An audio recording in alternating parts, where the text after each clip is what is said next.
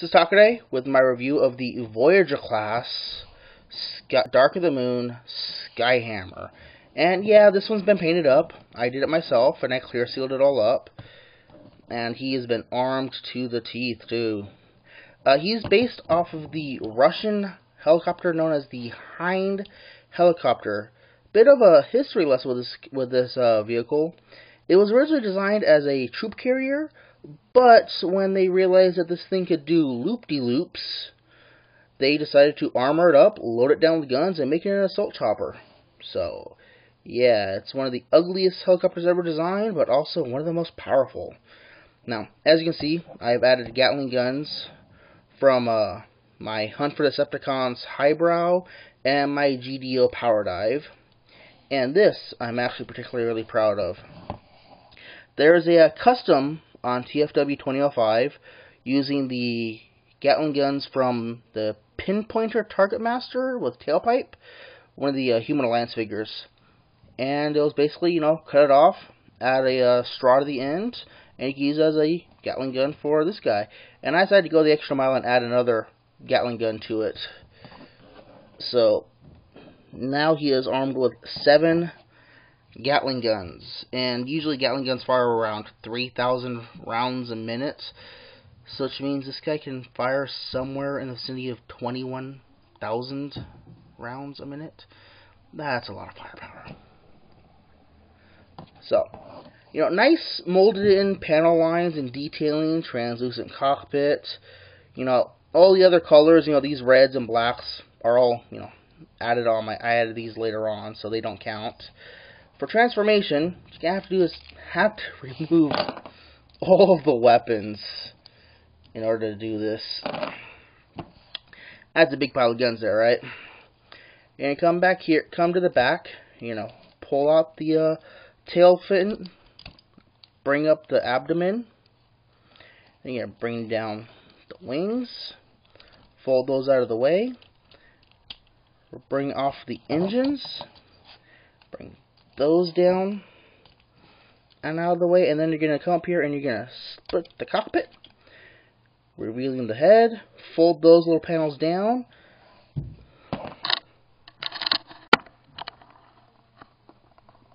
oh my goodness, this camera's a lot smoother, isn't it?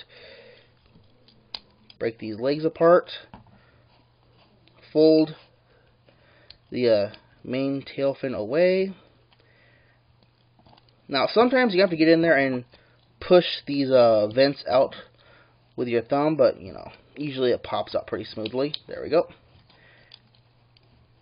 Straighten the legs out. Straighten the arms out. Now, to transform the hands, flip in, reach into the engines, pull them out, and then you just kind of like reverse collapse those hands away.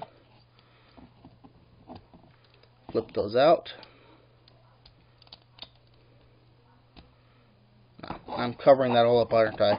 Okay, you're going to bring it back like that, collapse it over,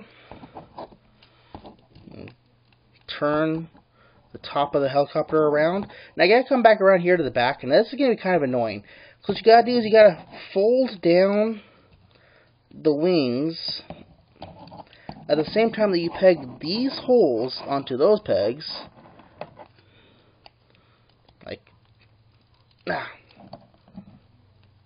And they don't always want to peg in. Oh, it's already in there. Okay, maybe I should transform this guy on camera more often.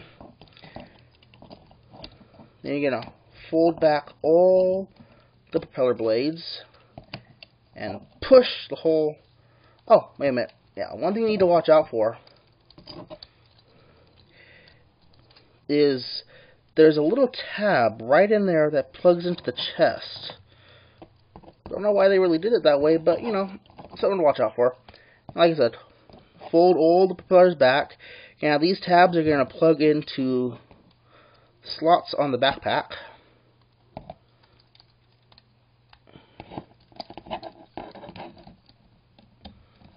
Like that. And here we have Dark of the Moon Skyhamer in robot mode. It's a great figure. It did not belong in the movie line because it just doesn't fit in. it would have fit in much better in, you know, Classics line or any line. Well, what's funny is that the head has a very Prime-like sculpt to it, and it was actually thought for a while that he was going to be Mathesis Prime. I don't know if that was a joke I saw somewhere on some chat board or not. He's got these really cool speed lines, like, built right in. As far as articulation, he's got full 360-degree shoulder joint. He's got an up and down on there. He's got another shoulder joint there. He's got an upper arm swivel. Nice 90-degree elbow. Waist swivel. Universal hip joints. Kind of an awkward double knee. He's got a reverse knee and a regular knee. Lower lower leg swivel. And these really aren't meant to articulate, but, you know, you can move them around. You're going to kind of mistransform them if you do. But, you know. This is the same Skyhamer I had in my Skyhamer Weapons Overload video. It's actually my very first video. I'm going to put a link for it in the bottom. Now let's go ahead and arm him up. What you're going to do is, you know, what I like to do is stick his Hailfire missiles behind his back.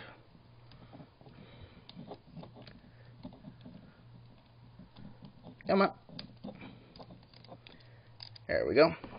And then on his back, I don't know if anyone's ever noticed this, but there's 5mm ports on his back of his shoulders even. So what I'm going to do is I'm going to take these Gatling guns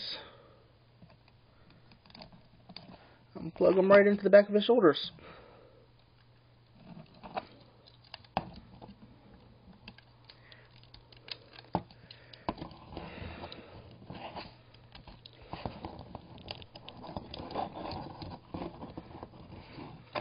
Then I'm going to take these ones,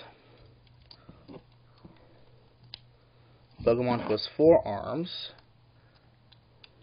Now, one thing I can do with the Gatling gun, triple barrel Gatling gun, is his 5mm port on his front of the cockpit is still available, but I want him to hold it. So I had to make this. Yes, it's simple Legos. Plug that in there. And I got the blue handle there. And there we go. And for good measure,